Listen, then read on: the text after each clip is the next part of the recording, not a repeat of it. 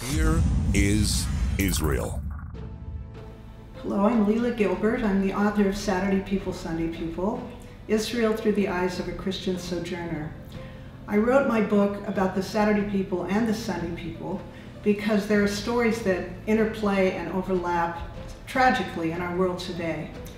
There were 850,000 Jews expelled from Muslim countries between 1948 and 1972. They left with the shirts on their back, and their property was confiscated. They lost everything. They came to Israel and started their lives over. When I first learned about this story, I was amazed by it, but then I began to put some pieces together, partly based on the jihadi slogan, first the Saturday people, then the Sunday people, which actually involves the murder of Saturday people and Sunday people in the Arabic language.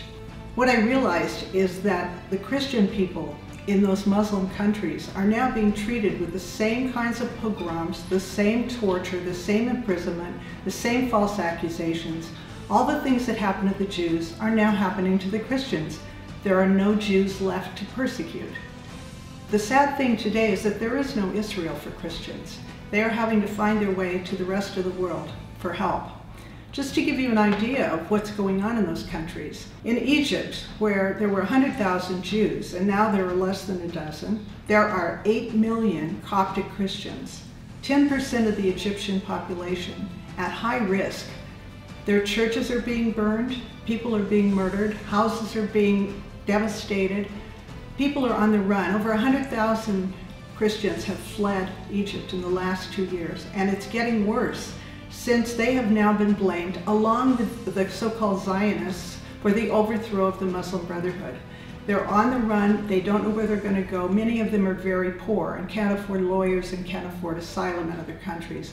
No one knows the fate of the Copts, but it looks like their entire population may be driven out as well. In Iraq, since 2004, half of the Christian population of 800,000 has fled the country. Tragically, many of them went to Syria. Now they're on the run again. The Christians have experienced explosions in their churches. They've had car bombs. Their bishops have been kidnapped and beheaded. Buses full of Christian students have been blown up on the road.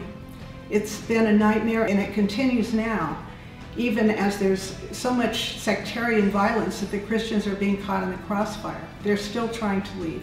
In Syria, the Christians are caught in the crossfire between Assad and the jihadi, the ever-increasing jihadi army that's calling itself the rebels or the Syrian freedom fighters.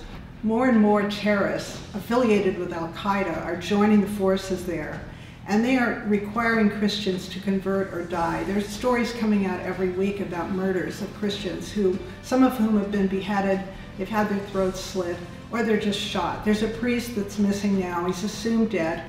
There seems to be no help available for the Christians in Syria.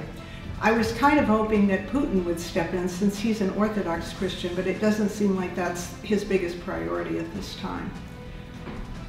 My point in all this is that the Christians and the Jews look pretty much the same through a jihadi rifle sight. We have to remember history, and we have to stand with those that are of the same root in their faith. Judaism and Christianity come from the same root. We need to stand together, we need to do what we can for one another, and we need to tell the truth to the world about what's really going on in Muslim lands today. Here is Israel.